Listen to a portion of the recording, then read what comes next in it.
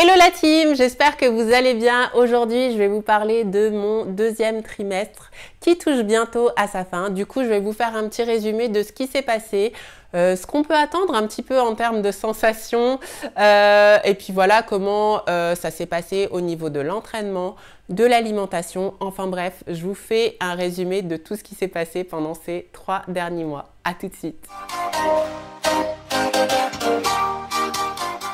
Alors déjà, ce qu'il faut savoir, c'est que le deuxième trimestre, eh bien, c'est la fin des grosses fatigues. Dans mon cas, ça a été la renaissance, mais genre, merci quoi, merci. Je me suis enfin retrouvée, j'ai enfin retrouvé de l'énergie, de l'envie, de la motivation et franchement, ça m'a fait un bien fou au moral parce que c'est vrai qu'au premier trimestre, j'étais complètement down, j'avais plus envie de rien, plus envie de bouger. Franchement, aller au frigo, prendre quelque chose, me demandait un effort inconsidérable. Donc, je vous laisse imaginer pour tout ce qui est sport, démarches administratives, travail, bref. Donc voilà, c'est ce qui a été le mieux dans ce deuxième trimestre. C'est vraiment, pas le mieux, mais ça, c'était vraiment top de retrouver de l'énergie. Autre chose extraordinaire à l'arrivée du deuxième trimestre, c'est la fin des nausées. Moi vraiment, ça s'est arrêté vraiment instantanément dans l'entrée dans le deuxième trimestre. C'est vrai qu'il y a certaines femmes, les pauvres, qui ont des nausées pendant toute la grossesse. Voilà, ça c'est des cas assez rares. Moi j'ai la chance de faire partie de la norme. Donc ça s'est arrêté et qui dit fin des nausées dit retour de l'appétit. Mais pas l'appétit comme avant d'être enceinte. L'appétit, c'est-à-dire une faim que franchement j'ai rarement ressentie. C'est-à-dire je mangeais, donc déjà beaucoup plus de féculents. Mon corps clairement avait besoin de féculents. Donc c'est-à-dire que je mangeais de très bonnes portions. Et que juste après avoir fini mon repas, eh bien, j'avais le ventre, vous savez, comme ce vide qu'on a dans l'estomac quand on a trop faim. Eh bien, voilà, franchement, j'ai eu une faim qui m'a fait peur, je vous cache pas. Je me suis dit, si je mange comme ça pendant 9 mois, ça craint. Voilà, ça s'est calmé après, mais c'est vrai que après les nausées vient le temps de la faim. La grosse dalle comme on dit. Donc voilà, retour de l'appétit. Mais franchement, après avoir passé plusieurs semaines où toute la nourriture vous dégoûte, où vous ne pouvez plus sentir la moindre odeur de nourriture, où si vous ne mangez pas, vous avez des nausées, mais ou si vous mangez, vous avez des nausées, ça fait du bien. Voilà, retour de l'appétit, fin des nausées. Voilà. Comme j'avais plus d'énergie, que je mangeais bien, eh bien ma motivation à l'entraînement est revenue et j'ai pu reprendre l'entraînement franchement quasiment normalement. C'est-à-dire que bien sûr j'ai dû adapter certaines choses, plus de temps de récupération, pas forcément les mêmes charges, mais le contenu de mes séances est resté le même. On me demande souvent, tu pourras me montrer des séances maintenant que tu es enceinte? Je n'ai pas forcément changé ma manière de m'entraîner. Certains exercices où je me sens inconfortable, je les fais pas. Mais honnêtement, je pratique toujours un entraînement de musculation avec des charges toujours assez lourdes. Voilà, je vais pas chercher à battre mes records personnels, je prends des temps de pause plus longs. Et voilà, j'évite tout inconfort. Je ne fais plus de hits, je ne fais plus d'exercices avec des impacts. Mais globalement, ça a resté la même chose. Et puis de base, vous le savez, je ne suis pas une fan de cardio. Donc moi, aller sauter partout, courir des marathons, c'est pas ma came. Donc clairement, je me contente très bien de mon vélo elliptique, d'aller marcher en pente et de faire du vélo ou des trucs basiques concrètement. Voilà, c'est sûr que si voilà, vous êtes une accro-hit à faire des burpees dans tous les sens, effectivement, peut-être qu'il faudra faire des adaptations supplémentaires. Mais moi, de base, c'était pas mon cas. Donc vraiment, le deuxième trimestre, c'est génial parce que voilà, j'ai retrouvé goût à l'entraînement, je suis motivée.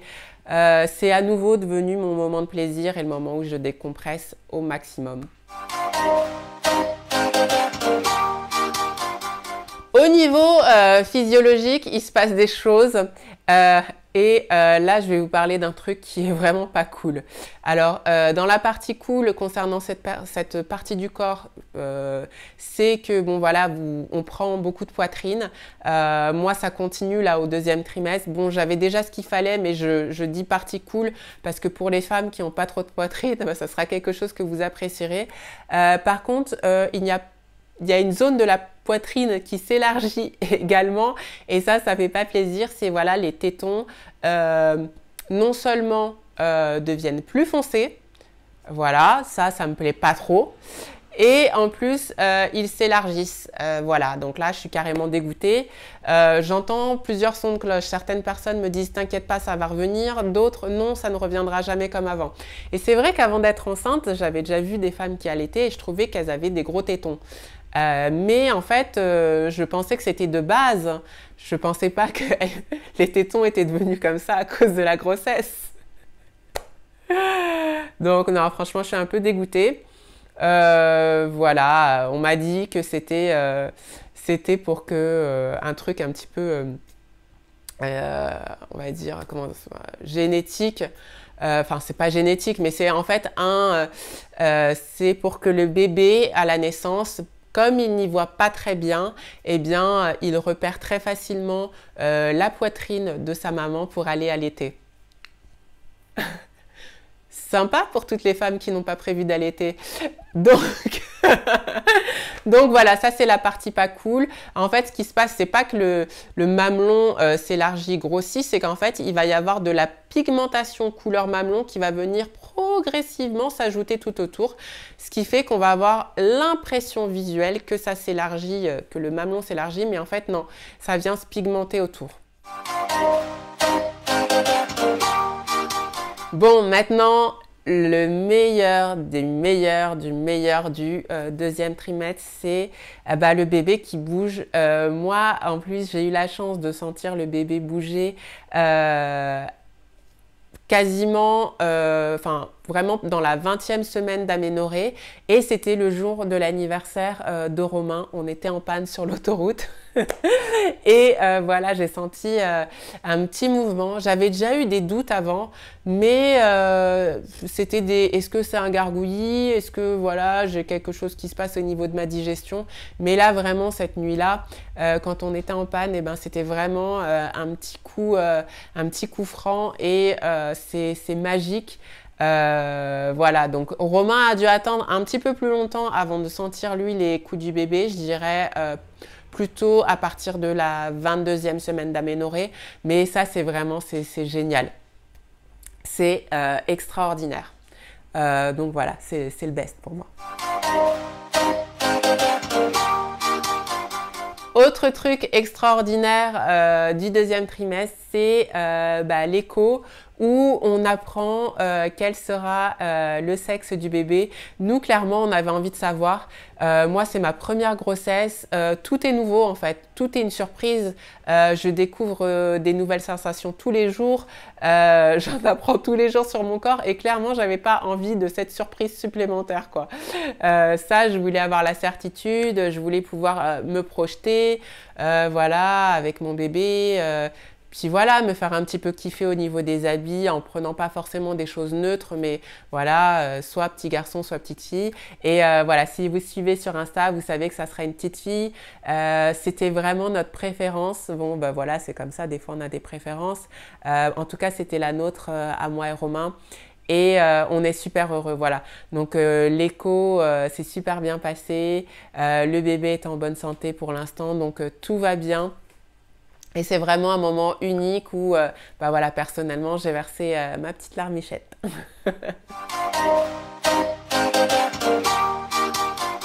Voilà, que dire d'autre sur le deuxième trimestre? Moi, clairement, c'est une période que je kiffe.